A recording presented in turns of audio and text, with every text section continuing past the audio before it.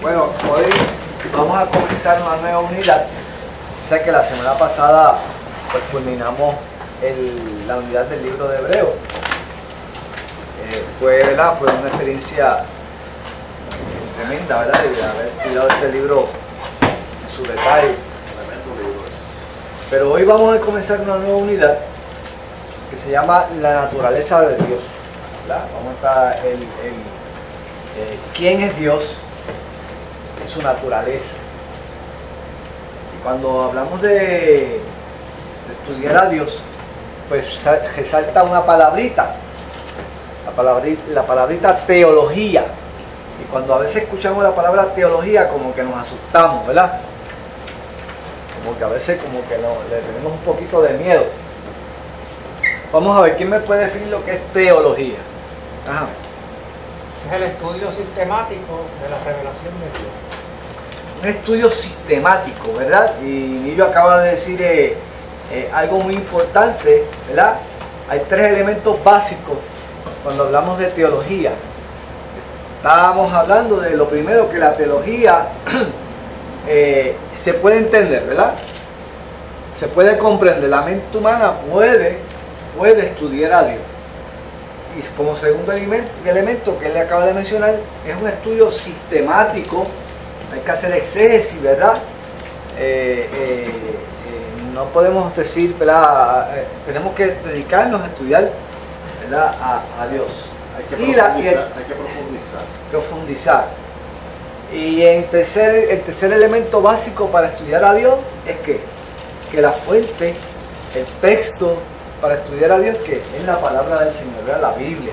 Que este libro es el que realmente pues utilizamos como texto, como libro de texto para estudiar y conocer más a Dios. ¿Por qué conocer a Dios? ¿Por qué conocerle a Él?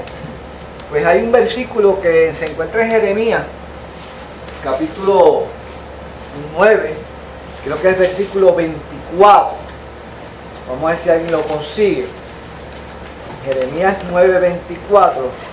Yo lo cito bastante ese versículo. Vamos a ver quién lo tiene por ahí primero que yo. Aquí. Dice, empieza diciendo el 23.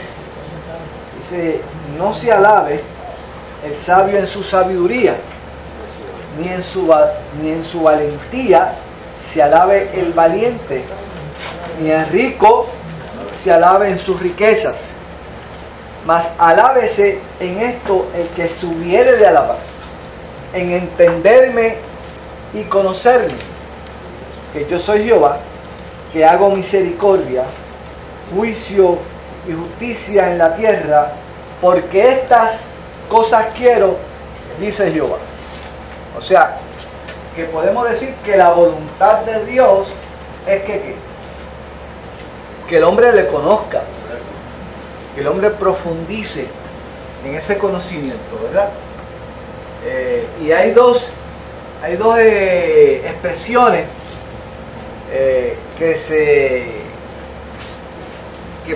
podemos decir que están bien y que están erróneas a la misma vez.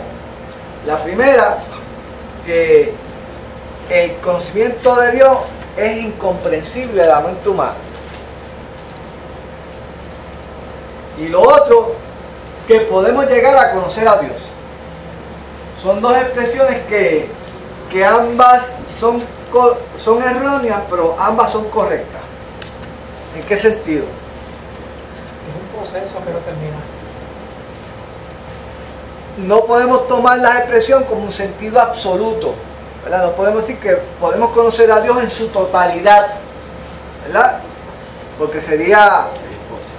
no podemos, o sea, nuestra mente humana no puede captar la totalidad del conocimiento de Dios. La mente es finita.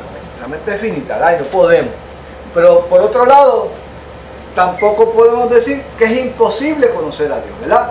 Que podemos conocerlo, pero no conocerlo en su totalidad.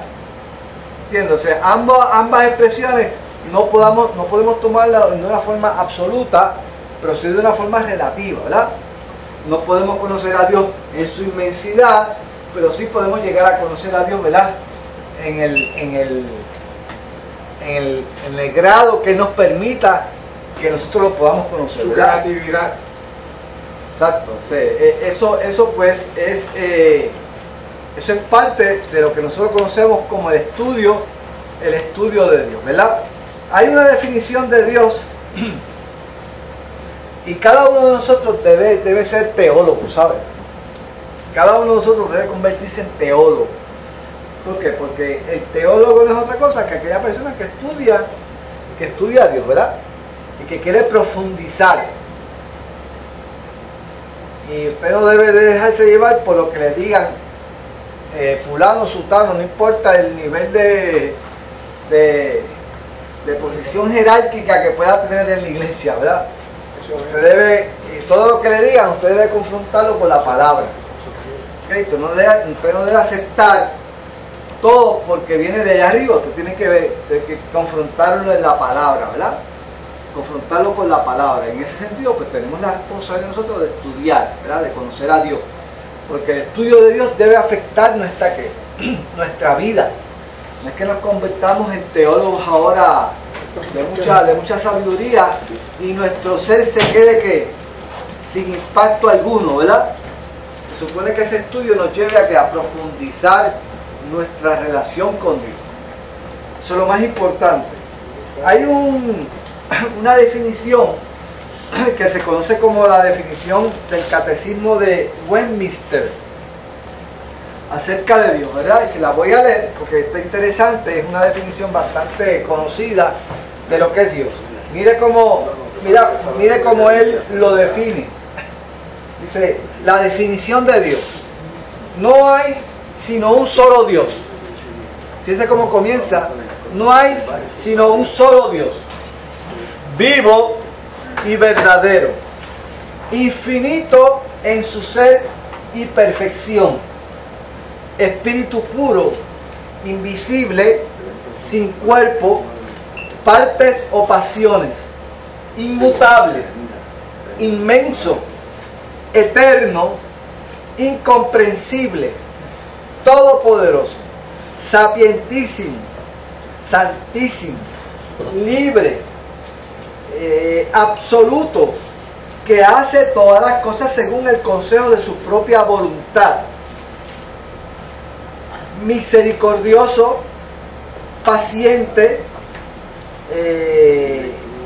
abundante en bondad y verdad, perdonador de la iniquidad y sobre todo muy justo y terrible en sus juicios, que odia todo pecado y que de ninguna manera tendrá por inocente al culpable.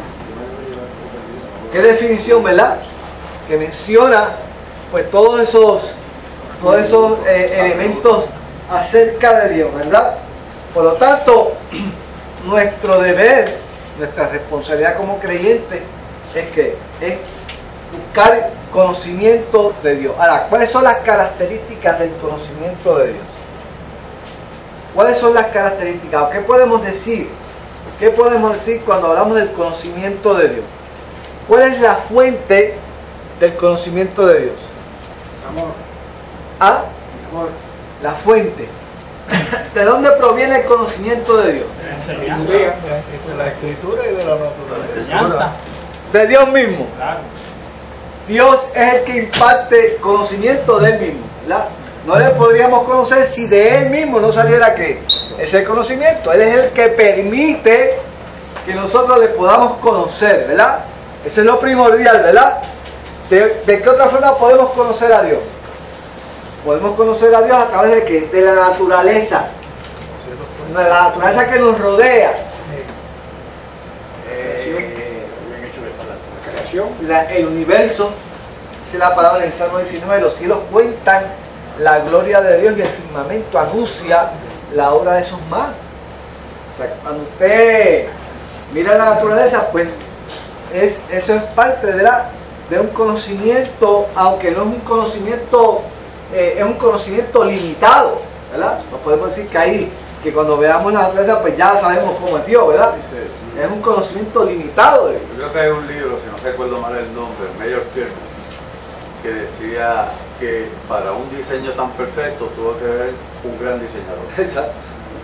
Eso, ¿verdad? Eso es lo que nos debe llevar, ¿verdad? Eso es lo que nos debe llevar cuando miramos nuestros ojos hacia arriba, y esa es la conclusión a la que nosotros debemos llegar.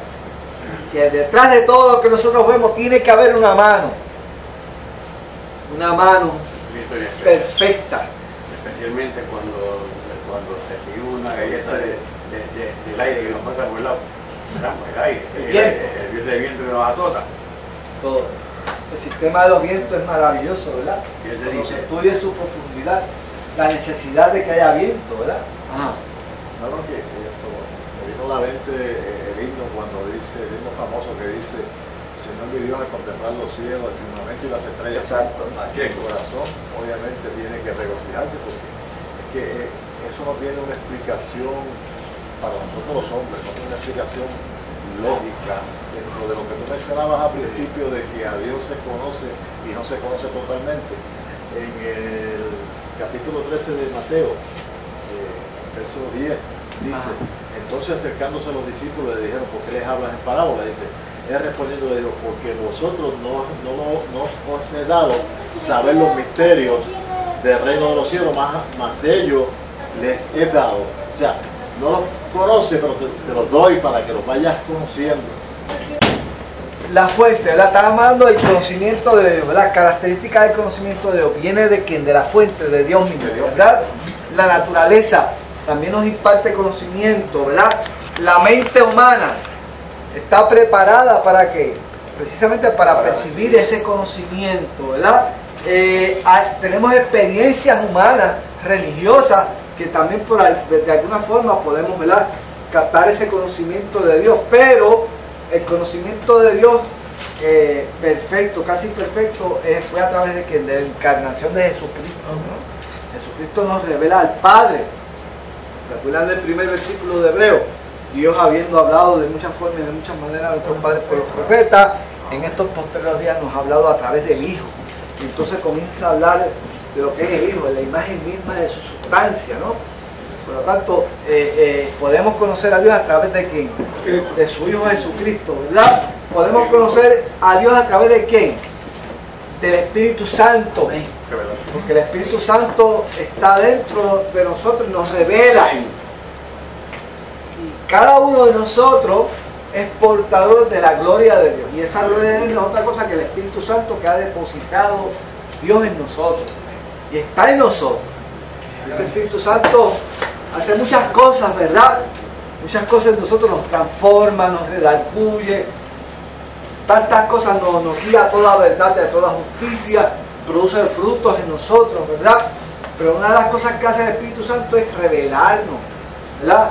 Revelarnos a Dios en nuestra vida, ¿verdad? Y nos impulsa a buscarle cada día más. Esas son las características del conocimiento de Dios. Podemos conocer a una persona y no conocer sus hechos. Podemos conocer a los hechos y no conocer a la persona, ¿verdad? Debemos hacer ambas cosas. Debemos conocer a la persona y debemos conocer los hechos de esa persona, porque así tenemos que un conocimiento más amplio, más amplio, ¿verdad? ¿Verdad? Que cada vez ha sido cuenta, ¿verdad? Entonces, por lo tanto, tenemos que tomar en consideración esa verdad. Eso es importante, hermano,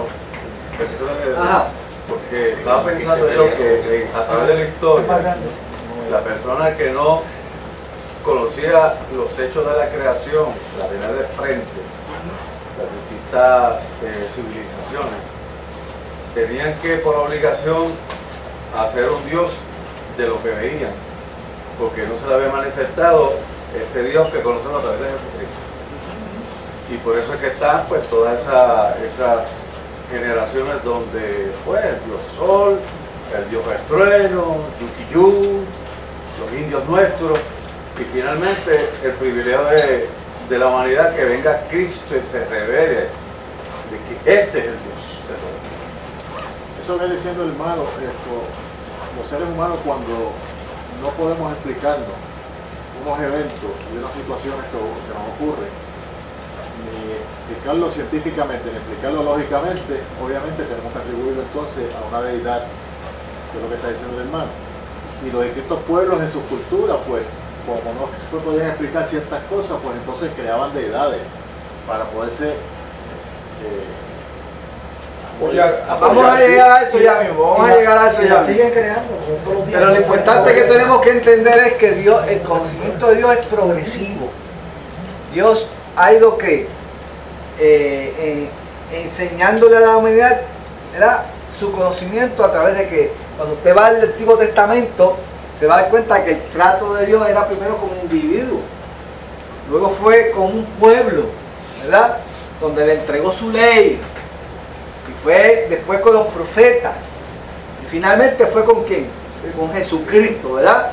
O sea, que ese conocimiento de Dios ha sido progresivo a la humanidad, porque ese ha sido el plan y el propósito de Dios, y Dios sabe cómo hacer todas las cosas. Nosotros nos ha tocado históricamente un tiempo de privilegio, porque nosotros podemos tener el panorama completo del plan y del propósito de Dios. Yo siempre repito eso, porque nosotros tenemos que darnos cuenta del privilegio que nos ha tocado históricamente. Hemos visto la majestad, pero la rey también. Porque nosotros tenemos el beneficio de la palabra. Nosotros tenemos, ¿sabes? Primero que tenemos la palabra. Exacto.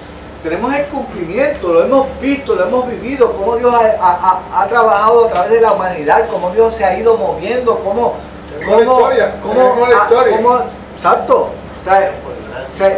Esta generación se le ha dado mucho. Sin embargo, hay un gran sin embargo, ¿verdad, hermano? Ajá. A pesar de tener eso de frente, Exacto. que mucha incredulidad hay. Eso es lo triste y lo lamentable, ¿verdad? Es cierto. ¿Verdad? Eso es lo triste, ¿verdad? Por eso es que Jesús le dijo, si a ustedes se les hubiera dado las señales de Sodoma y de Gomorra, ya se hubieran arrepentido. ¿Se acuerdan cuando Jesús se le presentó a Israel, ¿no? Sin embargo, nosotros tenemos mucho más todavía.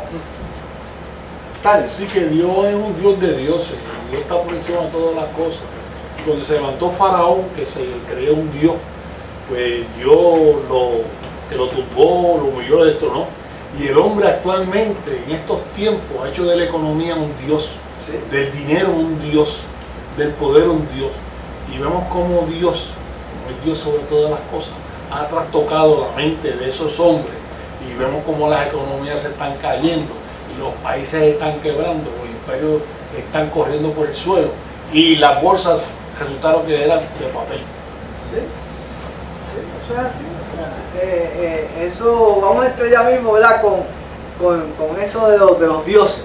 Ya mismo vamos a entrar con ese punto de los dioses. Ahora, vamos a hablar un poquito sobre los requisitos previos al conocimiento de Dios. Los requisitos previos al conocimiento de Dios. Mire, el primero que toma la iniciativa para que el hombre conozca a Dios es el mismo, es Dios mismo.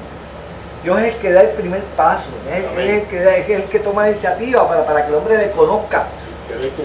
Él es el que se acerca al hombre. ¿Qué cosa? Para que nosotros le conozcamos. Qué privilegio.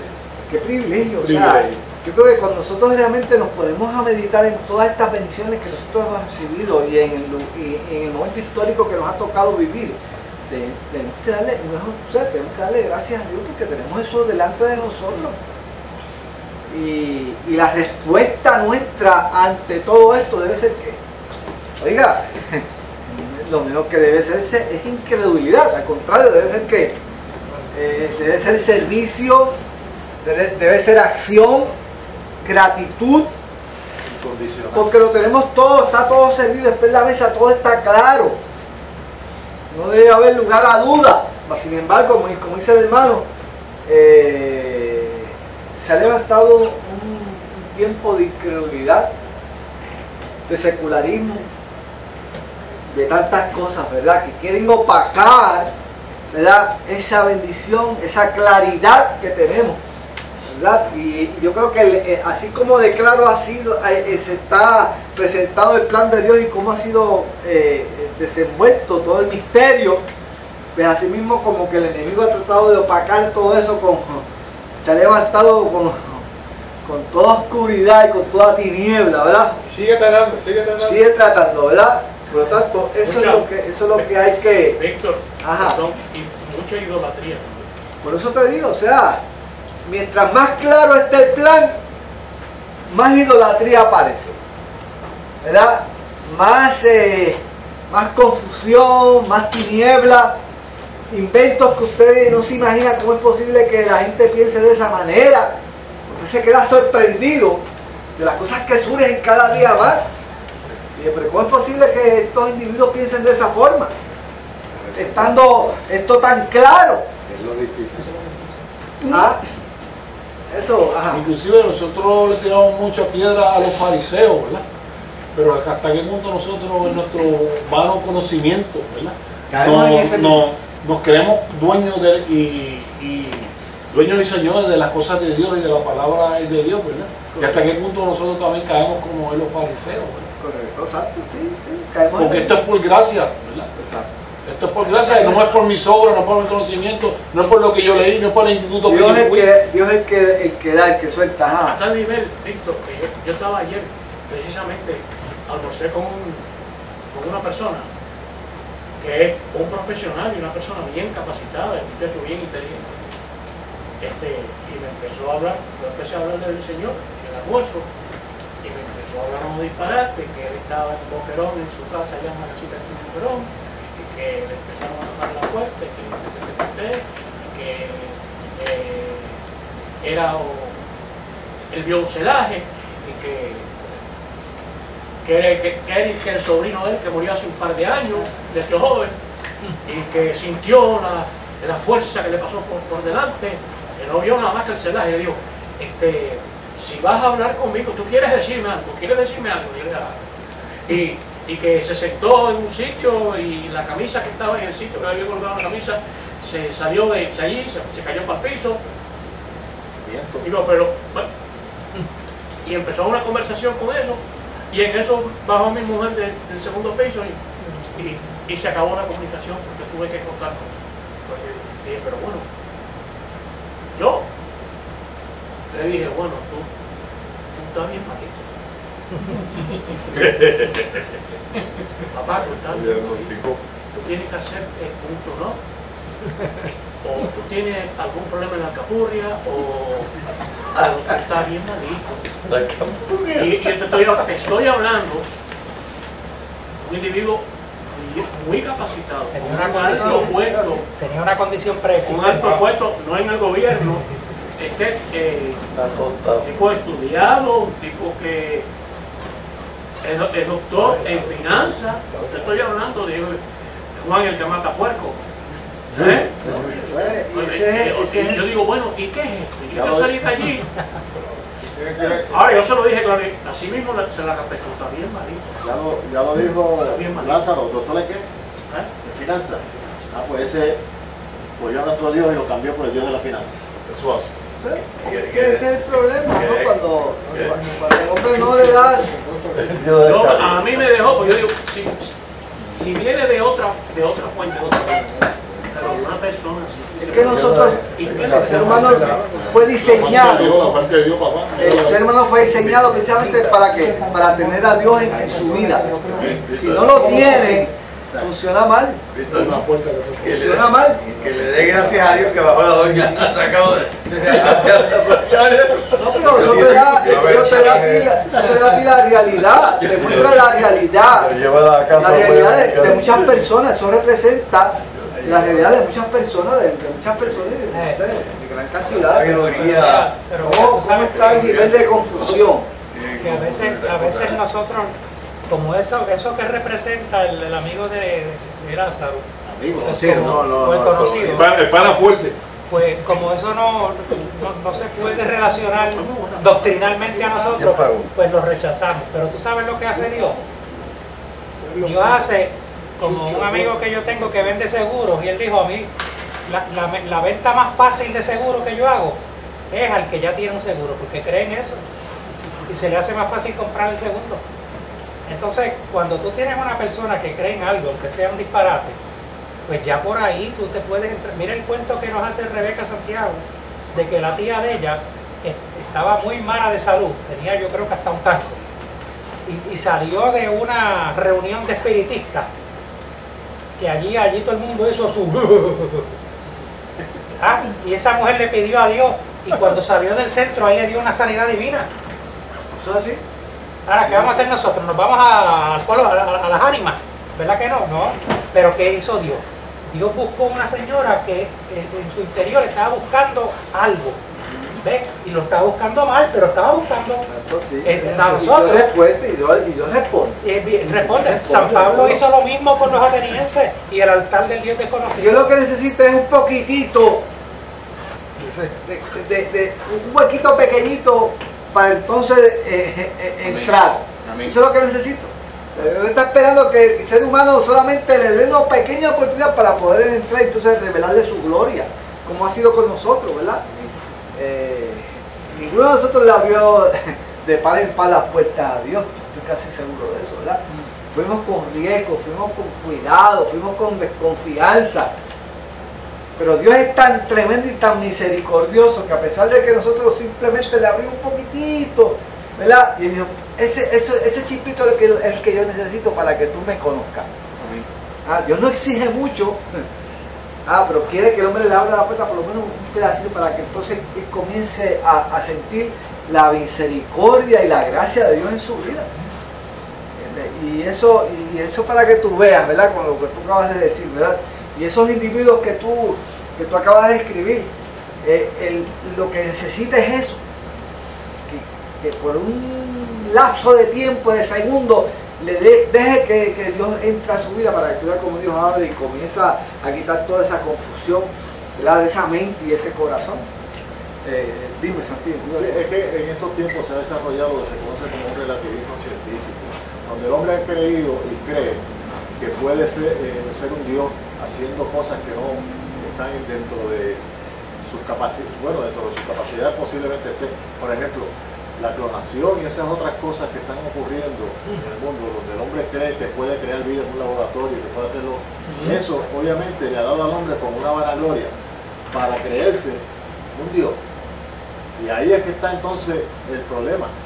Los grandes gobiernos o los gobiernos han caído precisamente porque han dejado fuera a Dios de los planes. Antes se tomaba en cuenta obviamente el cristianismo y la filosofía cristiana en los distintos gobiernos, inclusive la nación norteamericana en su moneda, en Go With Us y todas esas cosas. Ya eso se fue a un lado, ya no creen nada de eso. Y eso es lo que estamos nosotros viendo en estos tiempos. Vamos a tocar entonces estamos hablando de la esencia de Dios, ¿verdad? Primero dimos esa pequeña introducción acerca de lo que es el conocimiento de todas las cosas que se requieren, porque cómo Dios permite que nosotros le conozcamos, ese tipo de cosas, ¿verdad? Ahora, ¿qué es lo primero que nosotros debemos hablar de Dios? Si vamos a hablar de Dios, queremos definir a Dios, ¿verdad? Leímos la definición de Dios a través del catecismo de Westminster, ¿verdad?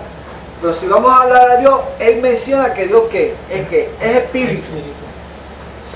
Dios es espíritu. Vamos a buscar aquí en Deuteronomio 4, del 12 al 19, alguien que me lea esa porción bíblica. Quiero otro que me lea Juan 4:24. Quiero que otro me lea 2 de Corintios 3:17. Vamos a ver, tú, 2 de Corintios 3:17. Tony, Juan 4:24. Osvaldo, ¿tú tienes Deuteronomio 4:12 al 19? ¿Lo tienes? Ok. Colosenses 1:12 al 15. Roberto. Y mi hermano aquí, 1 de Timoteo 6:16. Vamos a ver. 1 de Timoteo 6:16. Vamos a ver, que Osvaldo, léeme Deuteronomio 4:12 al 19. La primera característica que vamos a estudiar de Dios es que Dios es espíritu. ¿Ok? Vamos a ver. Osvaldo, loud and clear, como dicen por ahí. Y habló Jehová con voz en en medio del fuego. Oíste la voz de sus palabras, mas la exhortación de oír la voz, ninguna figura visteis. Y él os anunció su parte, el cual os mandó poner por obra los 10 mandamientos y los escribió en 2 tablas de piedra. Y a mí también me mandó Jehová en aquel tiempo que os enseñase los estatutos y juicios, para que los pusieseis por obra en la tierra a la cual pasáis a tomar posesión de ella. Guardaos pues muchas vuestras almas, pues ninguna figura visteis el día que Jehová habló con vosotros de en medio del fuego, para que no os corrompáis y hagáis para vosotros escultura, imagen de figura alguna, esfinge de varón o hembra, figura de animal alguno que está en la tierra, figura de ave alguna que alada que vuele por el aire, figura de ningún animal que se arrastre sobre la tierra, figura de pez alguno que haya en el agua debajo de la tierra. No sea que alcéis tus ojos al cielo y viendo el sol o la luz y la luna y las estrellas y todo el ejército del cielo, seáis impulsado y te inclines a ellos y les sirváis, porque Jehová tu Dios los ha concebido de todos los pueblos bajo de todos los cielos. Amén. Vamos a leer entonces el segundo 4:24. Tony, creo que lo tenía, ¿verdad? Dios es espíritu, y los que le adoran en espíritu y en verdad es necesario que le adoren. Léeme el versículo anterior. Mas la hora viene, y ahora es, cuando los verdaderos adoradores adorarán al Padre en espíritu y en verdad, porque también el Padre, tales adoradores, busca que le adoren. Que ahora lee el otro versículo. Dios es espíritu, y los que le adoran en espíritu y en verdad es necesario que le adoren. O sea, Juan 4, 23 y 24. ¿Está bien? Vamos a 2 Corintios 3:17. ¿Quién lo tiene? Yo. Porque el Señor es el Espíritu, y donde está el Espíritu del Señor, allí hay libertad. Ok, Colosenses 1, 12 al 15. ¿Qué dice?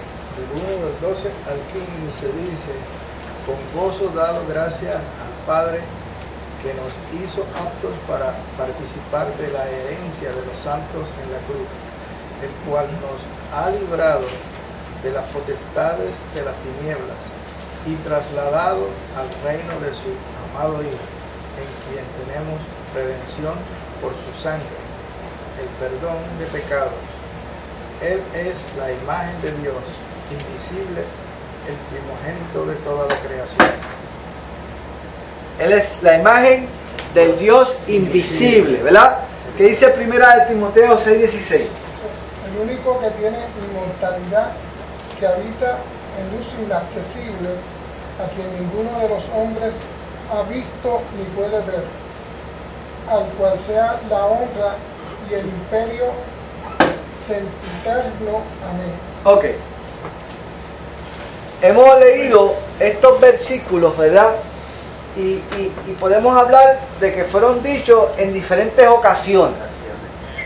Ok. ¿En qué circunstancia fue escrito el primer texto que leyó Osvaldo? ¿Cuándo fue que Dios le impartió? sea, cuando Israel estaba en las faldas del monte de Sinaí. Y fíjense qué interesante que Dios es bien cuidadoso. Es bien cuidadoso al dirigirse al pueblo de Israel. Y les advierte con esto que leyó Pablo. Y hace hincapié en qué. Que Él es un Dios celoso. Que Él es un Dios que Él es espíritu, que ninguna cosa visteis. Ninguna figura. Ni de pájaro, ni de ave, ni de peces, ni de hombre. O sea, Él enfatiza eso al hombre. Pero ¿por qué ustedes creen que Dios enfatiza esto tanto al hombre? Creo que quiere ser comparado con eso. Bueno, para evitar la idolatría. En el contexto que estaba ocurriendo el evento ese pueblo acababa de salir de Egipto, a empezar. Iba a comenzar una jornada bien larga. Y era necesario la bandera del monoteísmo para empezar. Y distinguirlo de los demás pueblos. Por eso te he llamado pueblo. De manera que desde el principio se establece la norma y la establece Dios. Fíjate, lo que acaba de decir Juan es importante. Todas las naciones tenían dioses. Y eran dioses físicos, hechos de materiales. Figuras. Y se adoraba eso. Y Dios quiere levantar a este pueblo con una visión diferente de ese Dios. Pero les dice que ese Dios es invisible. Y usted se pone a preguntar, pero ven acá, cosa difícil nos has pedido. Que adoremos un Dios que es invisible, que no podemos ver. ¿Ah? Fíjate que en el segundo mandamiento, ¿qué dice el segundo mandamiento? Vamos a ver. No te harás imagen. Vamos, búscalo, Éxodo 20, búscate ese versículo. Éxodo 20, vamos a ver que lo tienen por ahí. Éxodo 20.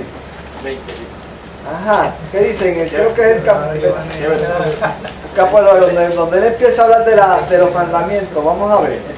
Y habló Dios todas estas palabras diciendo: yo soy Jehová tu Dios, que te saqué de la tierra de Egipto, de casa de servidumbre. No tendrás dioses ajenos delante de mí. No te harás imagen de ninguna semejanza. Ok, ahí importante. No te harás imagen de qué, sigue por ahí. Ni ninguna semejanza de lo que esté arriba en el cielo, ni abajo en la tierra, ni en las aguas, ni debajo de la tierra.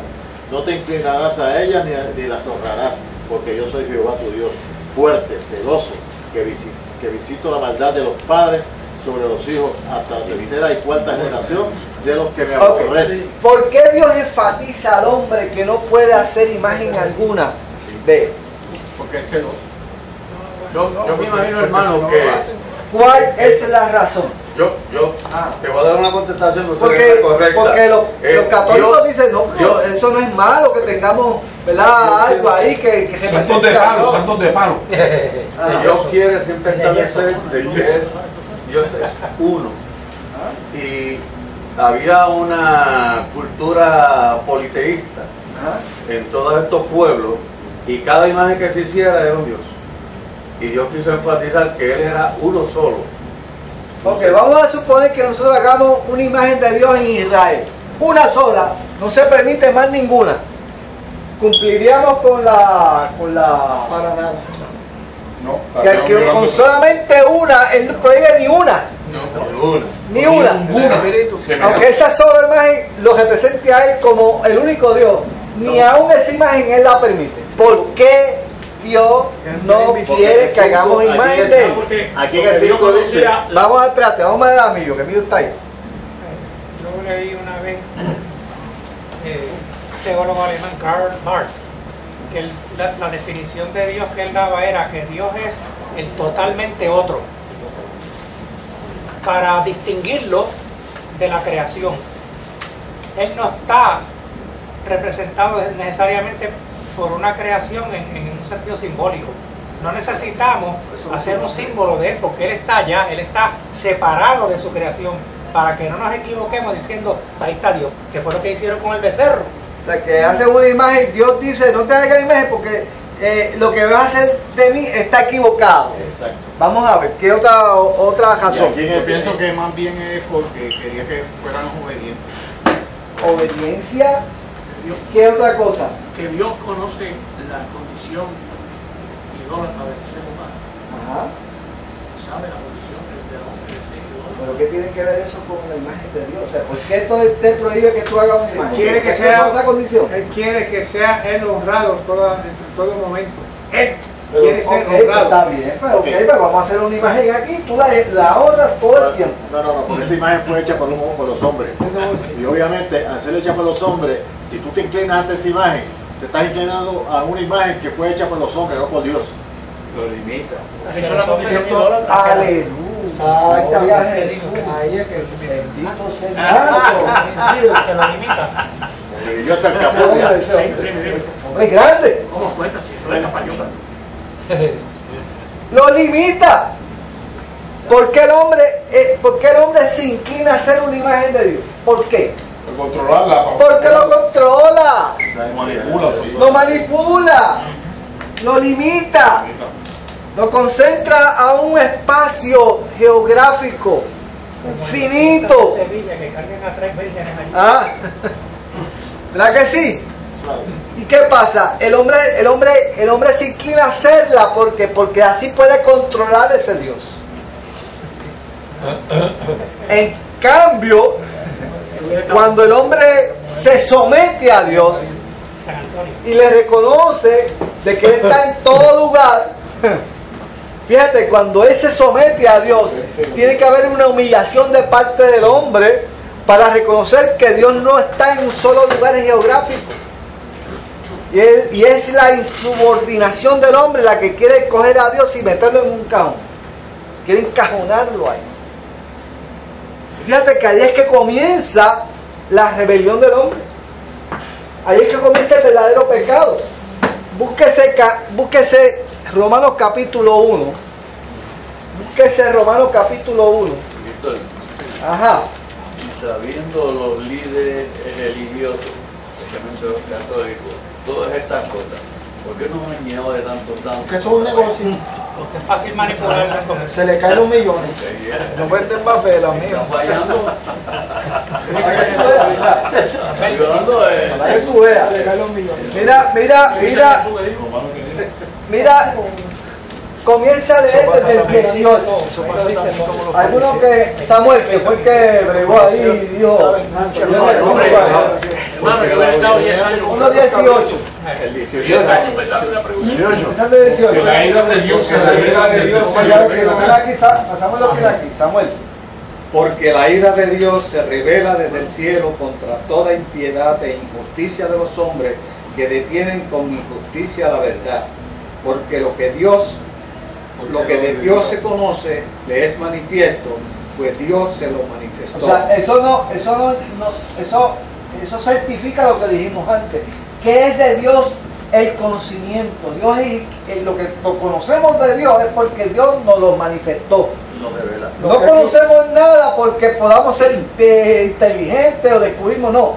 Lo que tú conoces de Dios es porque Dios en su gracia te lo permite conocer.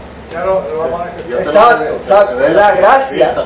Es la gracia. Así que comienza Pablo hablando, ¿verdad? Pero hay gente injusta que trata de detener ese conocimiento que Dios impartió al hombre, ¿verdad?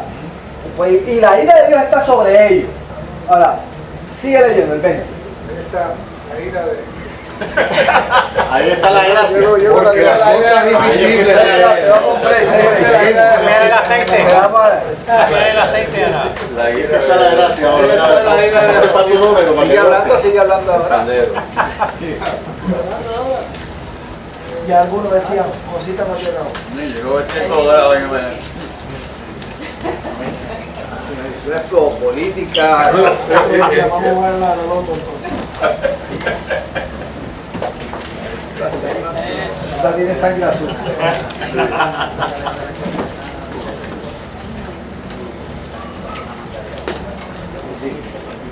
Vini que le toca la puerta y nada más. Este tipo está bien tostado. Se debe llevar por mensajes subliminales de colores de rojo y rosa.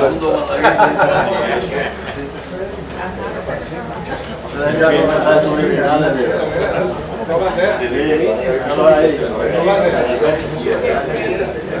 mensajes subliminales de colores.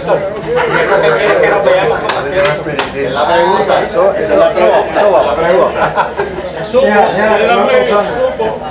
Ok. Estamos ubicados en Romanos capítulo 1, ¿verdad? Y queremos descubrir por qué. Porque es que Dios no quiere que el hombre haga imagen de él. ¿Ok? Y estamos explicando el por qué el hombre se inclina a tratar de ¿qué? De hacer imagen de él. Porque entonces lo puede manipular, ¿verdad? Lo puede limitar, ¿verdad? Entonces estábamos leyendo el por qué, cómo es que comienza la verdadera rebelión del hombre. Entonces estábamos leyendo Romanos capítulo 1 y Samuel estaba leyendo el 20. ¿Qué dice el 20? Porque las cosas invisibles de Él, su eterno poder y deidad, se hacen claramente visibles desde la creación del mundo, siendo entendidas por medio de las cosas hechas, de modo que no tienen excusa. O sea, todo lo que nosotros vemos a nuestro alrededor muestran a ese Dios que es verdadero, que es poderoso, que es sabio, que es real, que está vivo, ¿verdad? No tenemos que complicar. No tenemos que verlo, con solamente ver las obras es suficiente, ¿verdad? Ahora, seguimos. Perfecta naturaleza. Pues habiendo conocido a Dios, no le glorificaron como a Dios, ni le dieron gracias, sino que se envanecieron en sus razonamientos y su necio corazón fue entenebrecido. Ahí es que comienza el problema.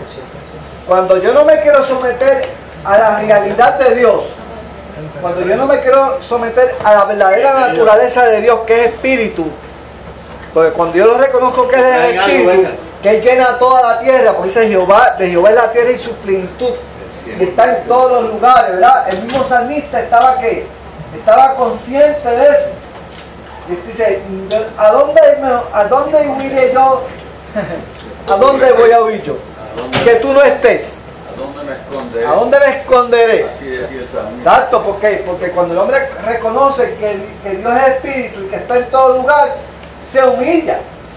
Vive con esa realidad en su mente, ¿verdad? Y se mantiene bajito, pero cuando el hombre se quiere enaltecer y se quiere hacer sabio, ahí es que comienza la debacle. Fíjate cómo comienza todo. Ahí es que comienza la debacle. Sigue. Profesando ser sabios, se hicieron necios y cambiaron la gloria del Dios incorruptible en semejanza de imagen de hombre corruptible, de aves, de cuadrúpedos y de reptiles. Ok, y ahí comenzó todo. Y ahí que comenzó todo.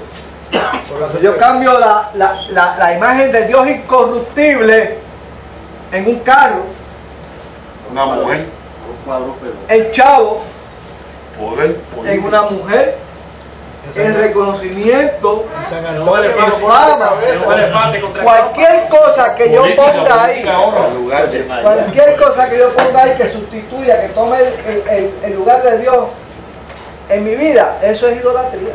San Antonio, que lo ponen de cabeza, ¿verdad? Está todo eso. Puede ser yo mismo. Yo mismo, yo mismo. Eso es mucho. O sea, por lo tanto, en ese sentido, Dios quiere que tú le reconozcas como el Dios invisible. Ahora vamos al 4, 23 y 24. Juan 4, 23 y 24. Porque esa es una implicación. Juan 4, leímos varios versículos, ¿verdad? Y lo leyó Tony. Pero Tony, dime tú entonces, ya discutimos la implicación de la expresión de Dios a los israelitas en el monte Sinaí. ¿En qué circunstancia Jesús dijo eso? ¿Qué? 4, 23 y 24. ¿En qué circunstancia Jesús dijo eso? Porque eso fue una expresión de Jesús. Sí. ¿Ok? Pues vamos a ver. Tony, ¿en qué circunstancia? ¿En qué circunstancia Jesús dijo eso? Vamos a ver. Alguien que lo ayude. Cuando estaba con la mujer samaritana, ¿verdad? Y tienen ese diálogo, le dice, el que tomare de esta agua nunca tendrá sed jamás. Entonces la mujer le hace la pregunta, pero ven acá, ¿dónde es que tenemos que adorar? ¿Allá en Jerusalén? Porque tiene un concepto geográfico de Dios. Ella tenía un concepto geográfico de Dios. Cuando limitamos a Dios geográficamente, nos pasan estas cosas. Fíjate, es en Jerusalén donde dicen los judíos que hay que adorar. Nosotros adoramos en el monte Gerizim, donde hicieron la segunda lectura de la Biblia. Ustedes ven los problemas cuando empezamos a limitar a Dios. Sí, hermano. Yo escuché una vez que una de las cosas grandes en adición a la fe de Abraham fue de que cuando Dios le dije que fuera a este lugar, él sobrepasó o superó el conocimiento de ese momento de que los dioses eran progenitores. Y él entendió de que el Dios que lo llamó y que lo envió lo acompañaría y rompió con ese paradigma equivocado. ¿Dónde tu casa y tu parentela? Te iba a decir algo, Juan. Podemos caer nosotros en ese error. ¿De qué Abraham era un espiritista? Dame una. ¿Cómo yo puedo limitar a Dios geográficamente? Vamos a ver. Yo puedo creer que solamente en el templo. Aleluya, gloria a Dios. Hay que adorar al templo. ¿En sentido? Por ahí que está la cosa, por ahí esa esquina que está la esquina. Se ganó el segundo almuerzo. Esa esquina que está la calusura. Debe estar eso ahí encerrado. Podemos decir, Dios está inconscientemente. Ahí es que yo me pongo. Eso es lo que decía Ahí es que yo me pongo. el abuelo español que vino. Pero cuando estoy cuando cruzo la 16, ya Dios se quedó acá y yo de 16 para allá, Capajateja no está. Está en Plaza de las Américas, ¿no? O está pero en menos intensidad. Y en Plaza de las Américas menos. No, Víctor, y llega más allá, porque cuando salimos de Puerto Rico. No, se quedó en Puerto Rico. Cuando vamos a otros países, eso es otra cosa. No, yo es otra cosa. Se dio de Puerto Rico. Fíjate que el concepto que tenemos de Dios, ahí es que nosotros nos probamos realmente. ¿Cuál es el concepto de Dios que yo tengo? Se puede estar en China y ahí está Dios. Puede estar en Japón, puede estar en Argentina, puede estar en Estados Unidos, puede estar en ningún lugar. Está Dios ahí, está el mismo Dios que yo recibo aquí. Dios es el mundo. Por eso mismo, o sea, y eso es lo que yo tengo que meterme en mi mente, ¿verdad? Y ese era el problema que tenía la samaritana. El sol es el mismo para todos. Pero fíjate la contestación de Jesús. Dios es espíritu. ¿Qué dice ahí? Dios es espíritu, ¿verdad? ¿Qué más dice? Y los que adoran en espíritu y en verdad es necesario que adoren. O sea, en otras palabras, el yo reconocer que Dios es espíritu afecta ¿a qué? Mi adoración. ¿En qué sentido?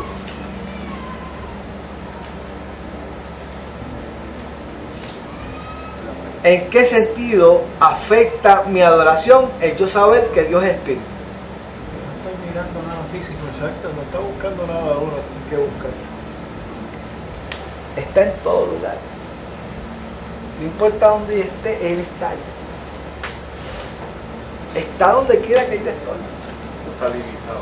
No está limitado. No tiene limitación. Soberano. Soberano. Dios te Lo ve. reconozco de esa forma. Y es en espíritu que Él quiere que yo le adore. Esa fue la última lección que aprendieron los Es en filisteos. espíritu.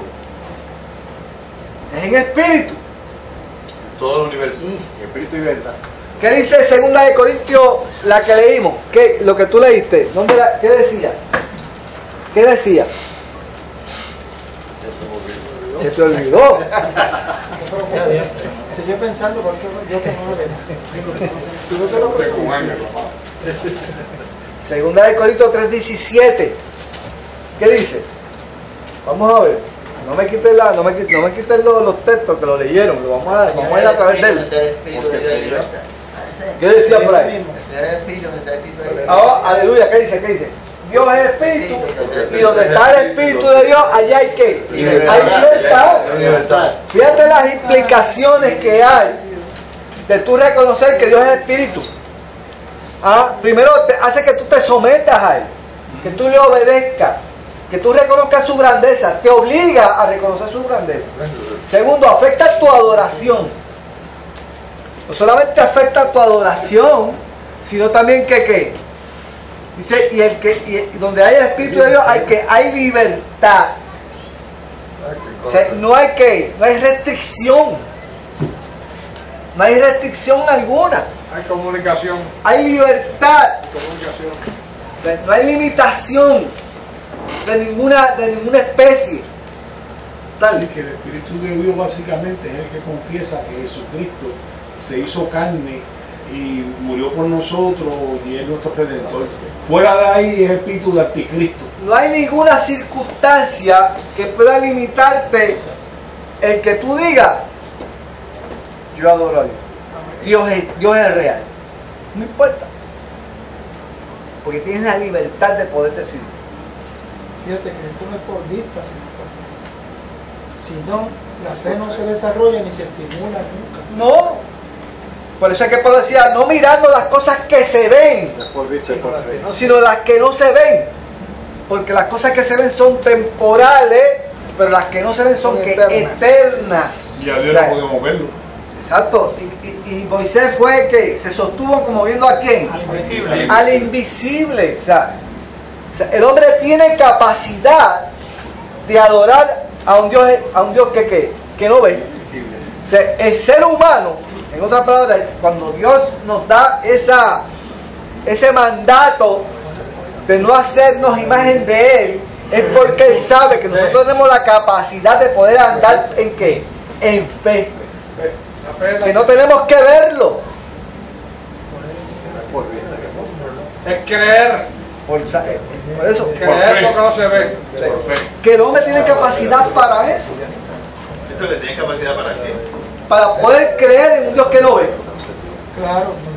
Pero no tiene capacidad para comprenderlo porque no, lo tenemos, para que no lo podemos realizar en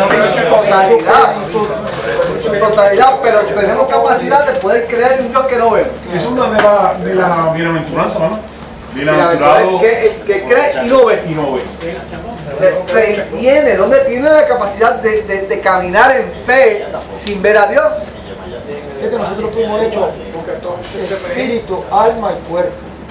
La parte del cuerpo, naturalmente todos saben, el alma son las emociones, pero el espíritu es el que no se contamina. Ese es el Dios que se comunica con nuestro espíritu. Tenemos una parte espíritu en nosotros que es capaz de comunicarse con ese Dios. Es exclusiva. Y eso lo tiene solamente lo tiene el ser humano. Eso es orar en el espíritu. ¿Seguro? ¿Es qué? Orar en el espíritu. En el espíritu. O sea que no hay circunstancia que te pueda limitar a tú levantar un clamor a Dios. No importa dónde tú estés, no importa cómo tú te sientas, por lo que estés pasando, podemos clamar a Dios y saber que Él nos oye. Obviamente sin los extremos, porque los gnósticos cayeron en el extremo de solamente lo espiritual. No, los gnósticos obviamente ellos pensaban que podían llegar a la perfección del conocimiento de Dios. Fíjate que esto nos debe llevar a nosotros a qué? A humillarnos, no a enaltecernos, ese es el problema. O sea, eso es lo que nos lleva a humillarnos y no a enaltecernos. Cuando yo vengo, tú creces. Es correcto. Como decía Josué, decía, el cojo de quien sí vais, y a los dioses de los amorreos, porque digo qué. Porque es mucho más fácil para el hombre adorar una imagen, es mucho más fácil, menos complicado. ¿Entiendes? Es mucho menos complicado. Por lo tanto, la primera El elemento de Dios es que es espiritual, espíritu, incorpóreo. Así lo decía la definición que leímos, ¿se acuerdan? Sí. La definición de Webster dice: infinito en su ser perfecto, espíritu puro, invisible, sin cuerpo, partes o pasiones. Vamos entonces a la segunda parte. Ajá. Es un terrible misterio. Sí. Okay. Es un tremendo misterio de la piedra. Terrible en el sentido de grande. Porque no es de miedo. O sea, el hombre no puede. O sea, que no se puede comprender. Y tenemos que tener eso bien claro. O sea, tenemos que partir de la premisa de que Dios no le va a pedir algo al hombre que el hombre no pueda que no pueda ejecutar. Sería ilógico que Dios nos pidiera algo que Él sabe que el hombre no puede lograr. Al igual que no va a permitir una prueba, nosotros no podemos hacer. Dios no da carga que si Dios te prohíbe hacer imagen alguna de Él, es porque Él sabe que el ser humano es capaz de poder adorarle, creer en Él sin verlo. Obviamente vemos sus obras.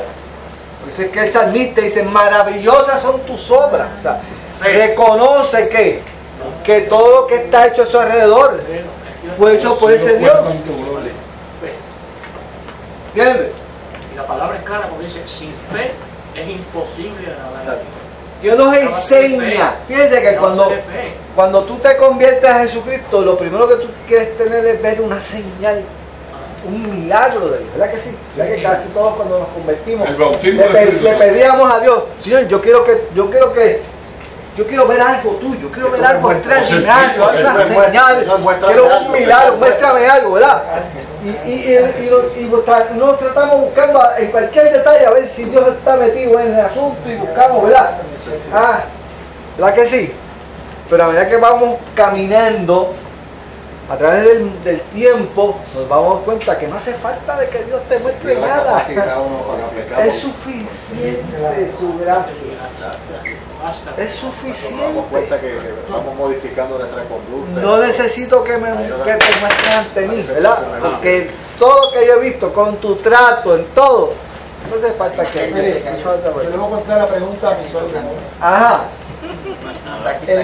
La Iglesia Católica Romana trajo a través de San Agustín las enseñanzas de Platón, y los griegos todo era por los sentidos, lo que tú ves, lo que tú palpas, lo que tú tocas, y eso lo adoptó la Iglesia Católica Romana. Por consiguiente se le hace muy difícil si no tiene algo frente, tangible. Mire, a lo mejor por eso que la Iglesia Católica se basa tanto en las obras. Esto es por obra, esto es por lo que tú hagas, por lo bueno que tú eres.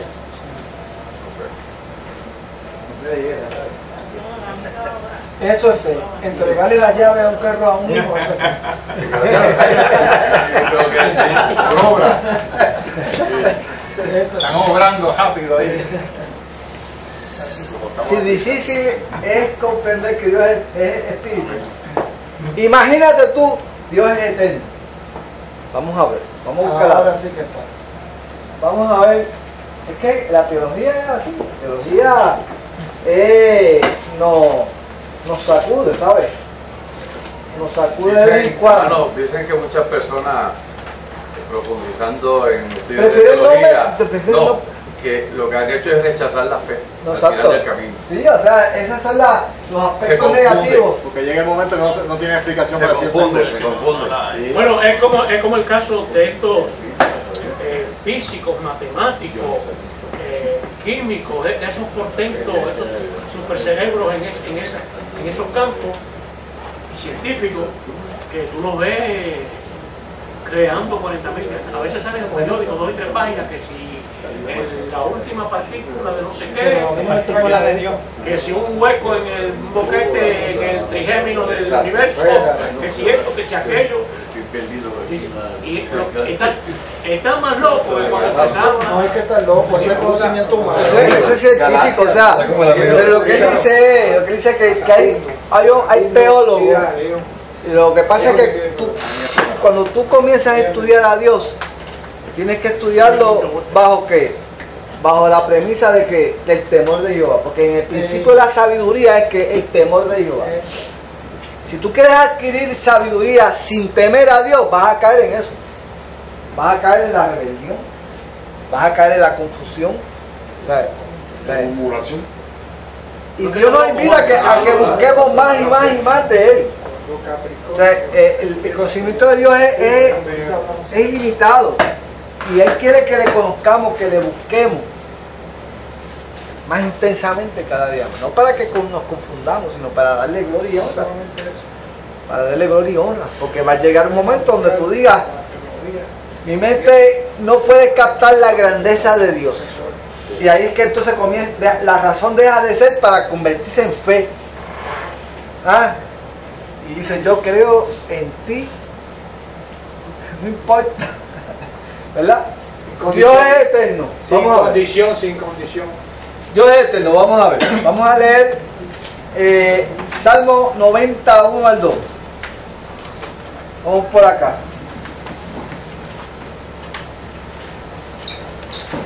Israel, Salmo 91 al 2.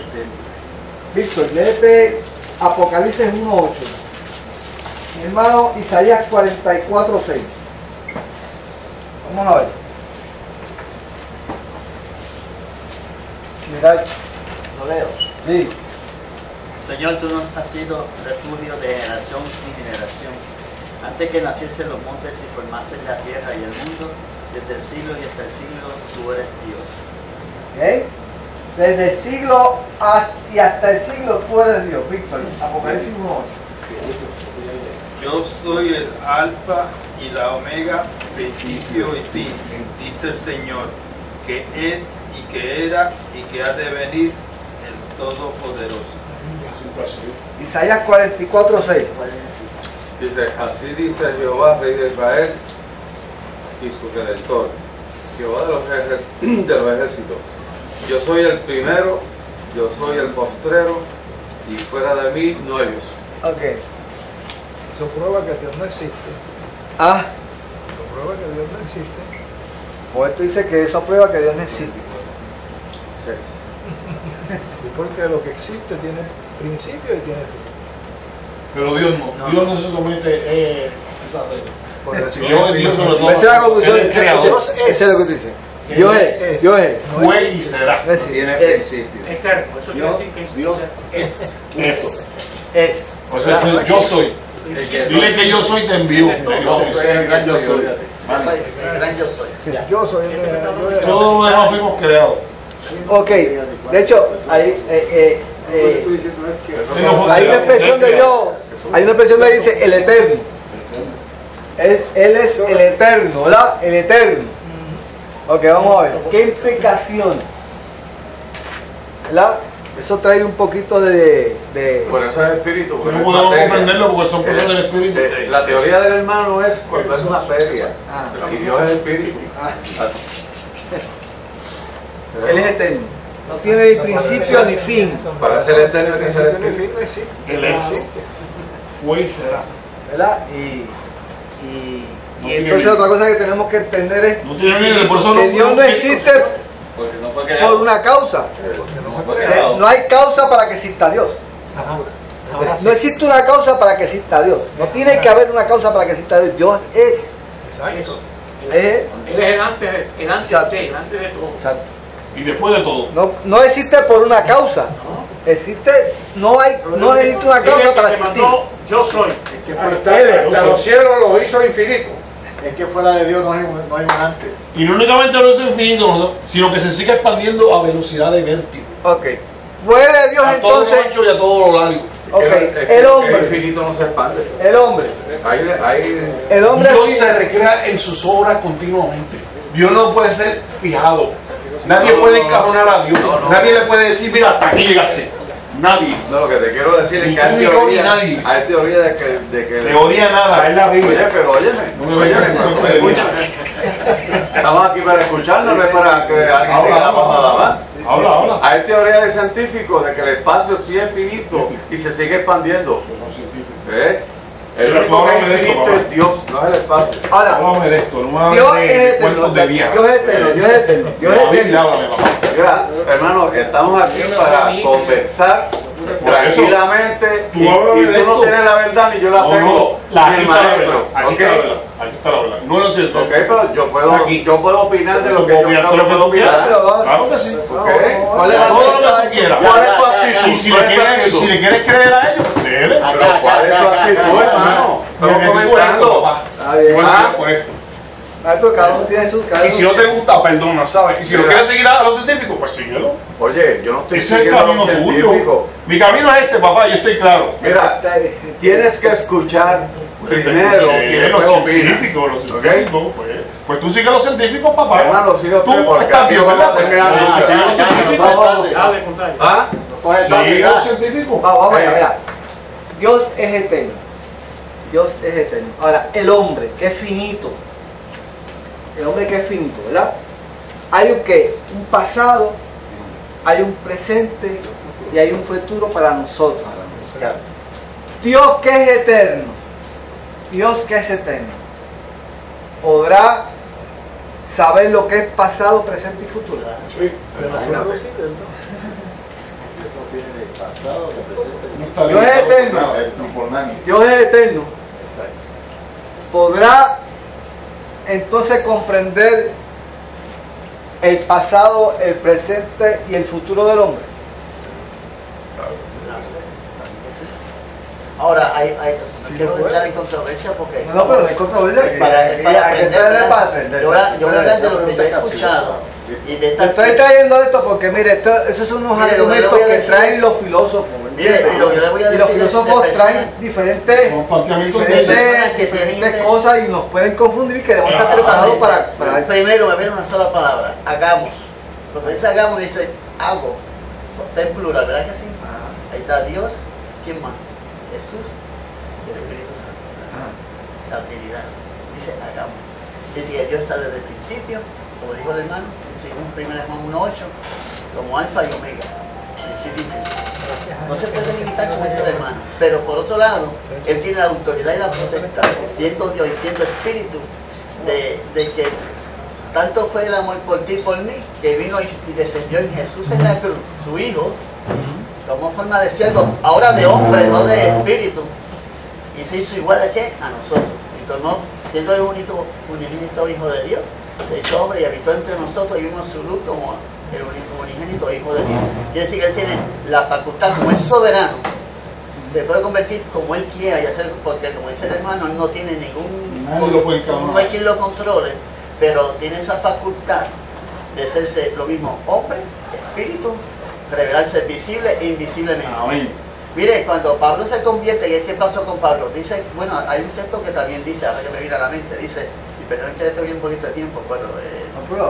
ok, dice, el enemigo Satanás ha cegado el entendimiento de los incrédulos para que no les resplandezca la luz del Evangelio. Cuando Pablo se convierte y va donde Ananías no quería ir, Ananías no quería venir donde él, pero dice que cuando vino dice hermano Saulo, ya le dice hermano, pero Saulo llevaba 3 días, y léalo, que llevaba de convertido y estaba ayunando, que usted no lo crea, y dicen que se le cayeron de su vista, ¿qué? Como unas camas. ¿Qué fue lo que cayó de allí? El hombre, el yo, para que ahora es Cristo en mí. Ahora que es ese Dios nuestro, que es espíritu, y también se puede habitar corporalmente, como lo hizo en María, que no conoció varón, que aquel, pero yo he conocido hombre. No, también se manifiesta en José en el mismo momento. Dice, no dudes de tomarla por mujer, quiere decir, para redondear, Dios tiene toda facultad para hacer lo mismo, hombre, espíritu. Tengo Santín. Respecto a la pregunta que hiciste, siendo Dios eterno, exacto, podrá comprender en lo que es el ser humano, el pasado, el presente y el futuro del ser humano. Al Dios ser eterno no tiene pasado, no tiene presente, ni tiene futuro. Pero tiene obviamente el conocimiento del pasado, del presente y futuro del hombre. Lo puede hacer. Mire, Víctor, y perdóname que quizás no hable más en la clase, pero me viene algo que no quiero llevar. Sí, porque ya cubriste la cuota. No me lo quiero llevar, no te lo lleves. Estamos para aprender. No, mira, cuando la serpiente aquella al diente, yo le dije a Moisés, pon un asta y pon una serpiente. Los que miren a ella serán que sanados nuevamente. ¿Sabe? Lo que dice el hermano que me vino a la mente, él conoce el pasado, presente y futuro. Porque ya Dios sabía en aquel momento de que en el futuro, ese que fue exhibido arriba, esa serpiente es típica de Cristo, que un día fue exhibido en una cruz, dando su vida por nosotros para salvarnos a nosotros. Quiere decir que, aunque es espíritu, está hablando con un pueblo rebelde, que no quiere obedecer, ni ser obediente, entonces, ahora en el futuro él sabe que va el hombre a caer de su gracia y envía la mejor ofrenda que puede dar por toda la humanidad, que es a Jesús por Cristo. Amén. Vamos a ir a la ofrenda a predicar.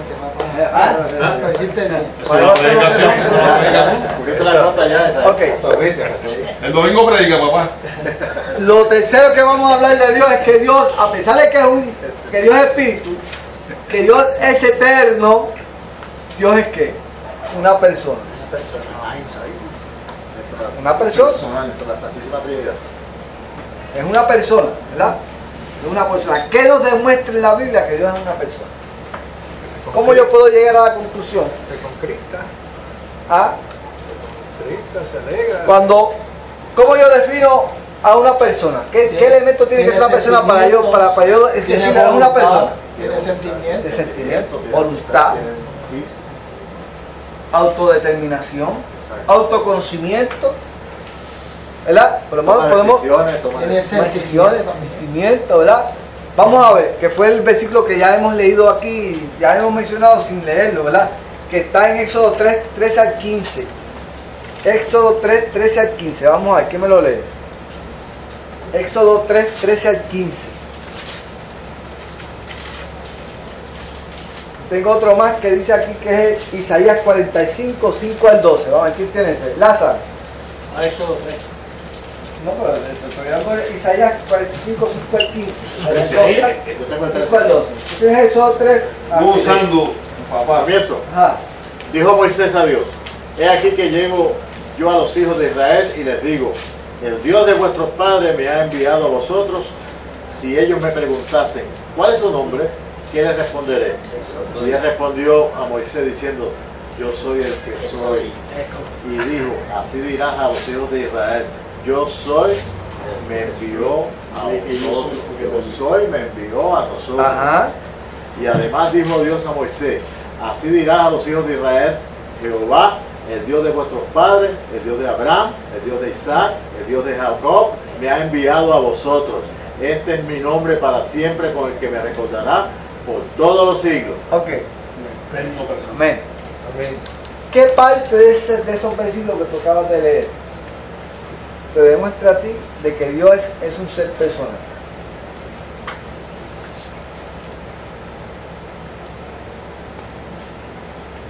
Pon la pregunta otra vez para digerirla, que está fuerte. ¿Qué parte de esos versículos que él acaba de leer nos demuestra a nosotros que Dios es un Dios personal? Lo que se está haciendo acá Ese yo. del pueblo de yo. Cuando el pueblo que va a sacar ¿Y ese yo? adoptó un nombre. No adoptó nombre. No fue que adoptó nombre, porque si hubiese adoptado nombre en Jesús, voy en el nombre de este, del otro, porque cada dios es el que los de esos tenían ídolos, tenían nombre. Por eso fue el que dijo: yo soy el que te envía, porque era genérico. Era genérico. Era genérico. No tiene una... O se envía a vosotros. Yo soy el Dios de vuestros padres. Yo soy el Dios de quién? De Abraham. Yo soy el Dios de Isaac. Fíjate, de una persona. Yo soy el Dios de Abraham. Yo soy el Dios de Isaac. Y yo soy el Dios de cada uno de ellos por individual. No colectivo, ni que genérico. Yo soy el Dios de ese hombre. Y yo soy el Dios de este otro hombre. Y soy el Dios de este otro hombre. Te está diciendo que trasciende las generaciones. Trasciende. Va a lo personal. Al individuo. ¿Entiendes? No se queda en lo superfluo, ¿ves? De hecho, Yahvé, yo soy. Exacto, yo soy. Jehová, yo soy. Exacto, pero una de las cosas que que nosotros podemos definir como persona es que se puede relacionar con nosotros personalmente. Que tiene existencia en él mismo. Es correcto. Y que se puede relacionar contigo y con él y con el otro. ¿Qué dice Isaías 45, 5 al 12? ¿Quién lo tiene? ¿Quién lo tenía? Lázaro. 5 al 12. 5 al 12, sí. 45, 5 al 12. Yo soy Jehová y ninguno más hay. No hay Dios fuera de mí. Yo te ceñiré, aunque tú no me conociste, para que se sepa desde el nacimiento del sol y hasta donde se pone, que no hay más que yo. Yo, Jehová, y ninguno más que yo, que formo la luz y creo las tinieblas, que hago la paz y creo la adversidad. Yo, Jehová, soy el que hago todo esto. Rociad cielos de arriba y las nubes destilen la justicia. Ábrase la tierra y produzcanse la salvación y la justicia. O sea, que tiene voluntad, ¿verdad? Que tiene voluntad. Ok. Víctor, perdón, en esa misma línea, perdona si yo estoy cometiendo un pecado o algo, pero ¿cómo eso machea con el Espíritu Santo y cómo machea con Jesucristo? Cuando él dice que yo soy el único, ¿tú sabes? Vamos a estudiar eventualmente de aquí a 3 clases la Trinidad y ahí vamos ahí vamos a bregar con eso. Ok, vamos a estudiar lo cuarto. Primero, Dios es espíritu, Dios es eterno, Dios es una persona, es personal.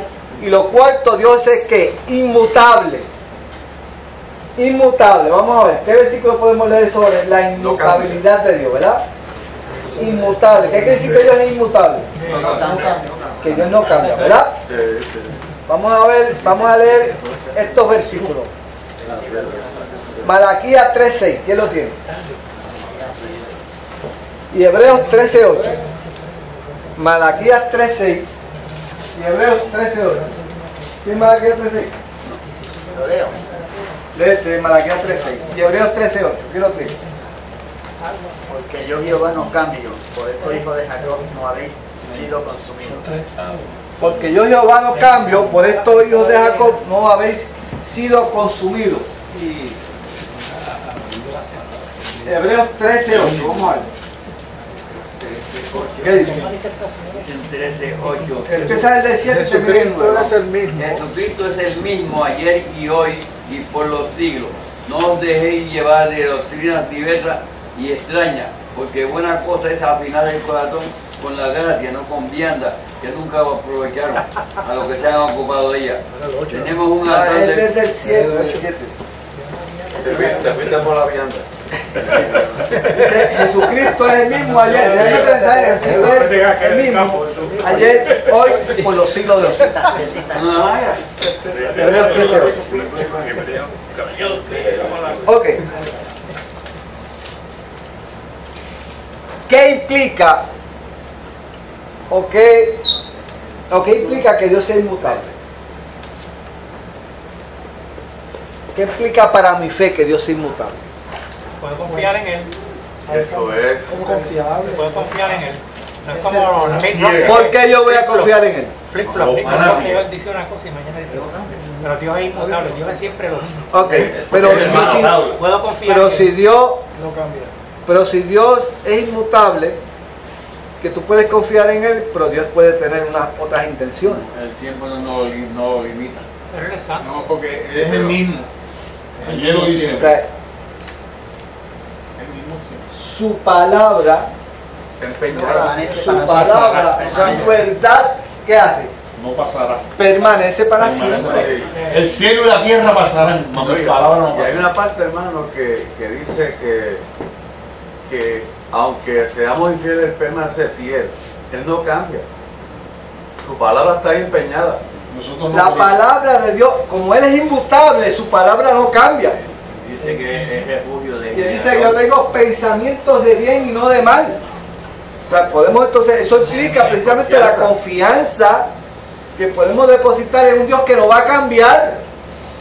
Y puede que tú no lo veas, pero tus hijos, tus nietos lo van a ver. Exacto. Porque es el Dios de generaciones. O sea, lo que Él ha puesto aquí es que es firme. Hermano, Es firme. si en la parte humana uno es impactado por la persona que de momento te dice algo y al otro día te cambia los muñequitos, como decimos. Si eso nos impacta, imagínate que tú sirvas a un Dios que cambie. No puede ser. No puede ser, ¿verdad que no? O sea, por lo tanto, hay 4 cosas que hemos hablado de Dios en esta noche, ¿verdad? Que deben permanecer firmes y en nuestras mentes. Dios es espíritu, pero eso tiene implicaciones en mi vida, ¿verdad? Que las dijimos, ¿verdad? Afecta nuestra adoración, afecta nuestra humillación para con Él, ¿verdad? Nuestra libertad. Dios es eterno, pero aún sabe mi pasado. Él conoce mi presente y conoce mi futuro. Por eso es que me hace promesas. Por eso es que Él me hace promesas que va a cumplir, ¿verdad? Y Él desciende a nivel del ser humano para que el hombre entienda, ¿verdad? Dios es que Dios es una persona porque se relaciona contigo y conmigo. Y Dios es inmutable. Él es fiel y verdadero. Su palabra nunca cambia. Eso debe ser personaje impresionante, ¿verdad? Porque un Dios tan grande, meterse contigo en un cuartito y hablar contigo. Es decir, yo soy el Dios de Abraham. Oiga, el Dios de Jacob. El Dios de cada uno de nosotros. Soy el Dios de Stanley. Amén. Lo acepto. Soy el Dios de Juan. El Dios de Samuel. De la creación. Lo compro. Estaba escuchando que a Dios no hay que buscarlo porque no está perdido. Puede ser El que está perdido es uno. El que está perdido es uno. Está bueno eso. Vamos a dar. Puede ser que tú y yo qué.